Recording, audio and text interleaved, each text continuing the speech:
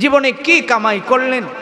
আপনি তো আপনার জীবনের মাকসাদ বানায়া নিলেন যে আমি পয়সা কামাইলাম, সুন্দর একটা বাড়ি বানালাম, বাস এটাই আমার জীবন সার্থক। গর্ব করে বলে যে হুজুর আমি একজন সফল, কারণ আমি বাড়িতে সুন্দর একটা বিল্ডিং বানিয়েছি। মোহতারাম ভাই, আপনার তো বলা উচিত ছিল গর্ব করে যে হুজুর আমি জান্নাত কামাই করেছি। তাহলে তো আপনার গর্বের বিষয় ছিল যে আমি জান্নাত কামাই করেছি।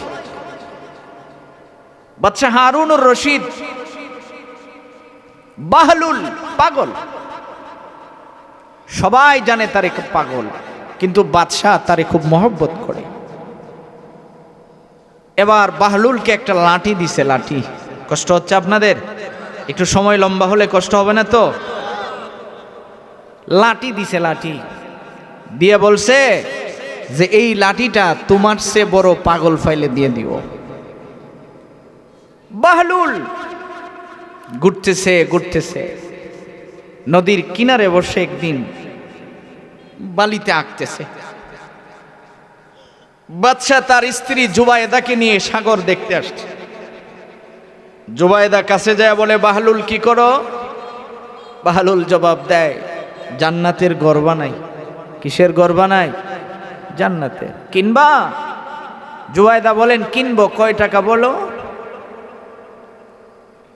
এবার বাহলুল বলেন 1 টাকা লাগবে।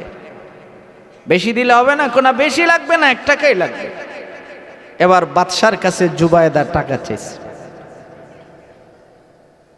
বাদশাহ বলতেছে এই জুবায়েদা তুমিও তো পাগল হয়েছো, অত পাগল মানুষ এই টাকাটা দিলে সে হয় নদীতে ফেলে দিবে, কোনো কাজে লাগবে না, এর চেয়ে ভালো না কোনো একজন মিসকিনকে দিয়ে দিই।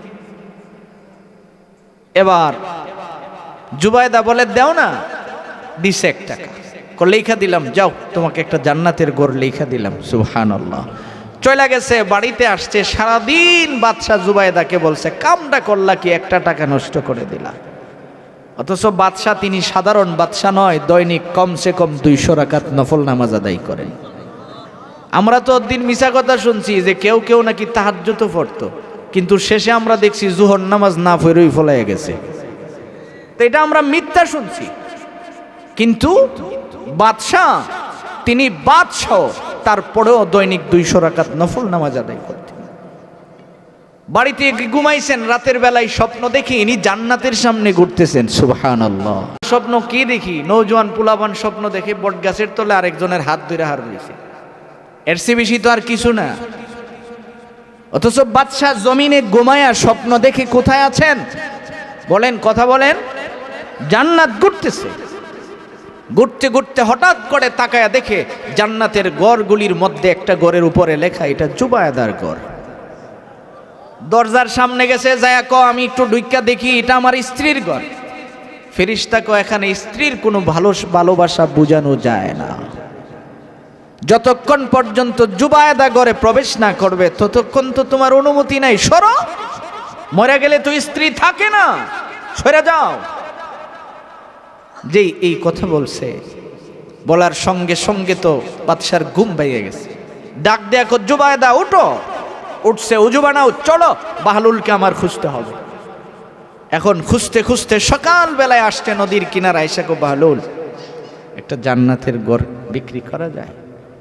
বাহলুল বলেন নো, অফার শেষ। তোমাকে কোটি টাকা দিলে, আজকে কোটি টাকা দিল আর হবে? ভাইরা ভালো করে বুঝে নিন, অফার চলে কিছু কিছু সময়। নওজোয়ানরা অফার ভালো বোঝে, মোবাইলের SMS এর দিকে তাকায় থাকে, কোন দিন অফার দেয় 40 GB মাত্র 457 টাকা, অফার খুঁজে। তো আজকে কিন্তু তোমার জন্য অফার চলছে, তুমি এখানে বসে পড়বে। রব বলেন আসমানে তোমার নাম নিয়ে ফেরেশতারা আলোচনা করবে। সুবহানাল্লাহ। এটা অফার চলতেছে, আর তুমি দুগানে দুগানে খুঁজতে আসো, ঘুরতেছো। জিগাইলে সে নিজেও বলতে পারবে না কেন ঘুরতেছে। বিশ্বাস হয় না? আপনি জিগান না, যেইগুলি রাস্তা দিয়ে ঘুরতেছে, দুগানের সামনে ঘুরতে আছে, ওরে যদি জিগান কেল্লিগা ঘুরতেছে, হ্যাঁ আপনাকে কোনো সদ উত্তর দিতে পারতো না। সে নিজেও জানে না কেন যে ভবগুরু হয়ে এইভাবে ঘুরতে আছে। এটাই দুনিয়া। ইবলিস কয় আমি শুধু এটাই তোমার ভিতরে পৌঁছায় দিতে পারলে আমি সফল, কারণ তোমার জীবনের কোনো হিসাব নিকাশ থাকবে না। কোথায় বসবে, কি করবে, কি খাবে, কি বলবে, এইগুলির হিসাব যখন থাকবে না, ইবলিস বলেন আমি তোমার কাছে সফল। মোহতারাম ভাই, যেই কথা বলতেছিলাম, ওই বাহলুলকে লাঠি দিয়া বাদশা বলছিল যে তোমার সে বড় পাগল যদি কেউরে পাও, লাঠিটা তুমি দিয়ে দিও। বাহলুলের কাছে খবর গেছে বাদশাহ অন্তিম শয্যায় শায়িত, খুব অসুস্থ। বাদশাহ তার দারোয়ানদেরকে বলে দিয়েছিল যে এই বাহলুল যেদিন আমার বাড়িতে ঢুকবে তোমরা কিন্তু কেউ বাধা দিবে না, যদিও সে পাগল তাকে আমার কাছে আসতে দিবা। এখন বাদশাহ লম্বা হয়ে শুয়ে রয়েছে, বাহলুল কাছে গেছে, জায়া জিগায় বাদশাহ কেমন আছেন? বাপসাপ দীক্ষা তো মনে হইতেছে খুব ভালোই আছেন।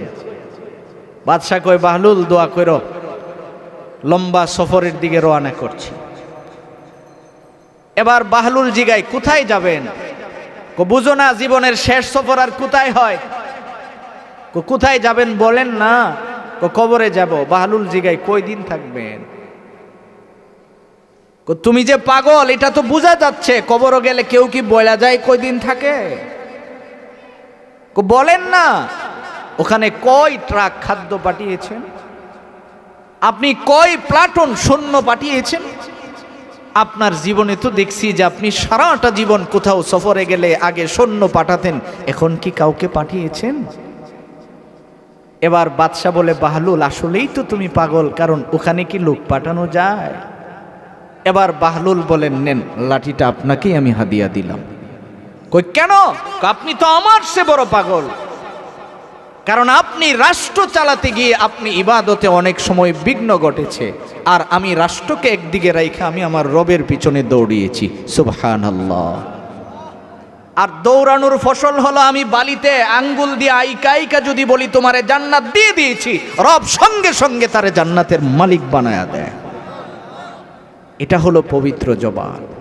কেউ যখন সূরা ইখলাস নিয়মিত তিলাওয়াত করে, ওই মানুষটা মুস্তাজাবুদ দাওয়া হয়ে যায়। সে দুনিয়াতে বৈশা যা বলে রব্বুল আলামিন সঙ্গে সঙ্গে তা দিয়ে দেন। সুবহানাল্লাহ।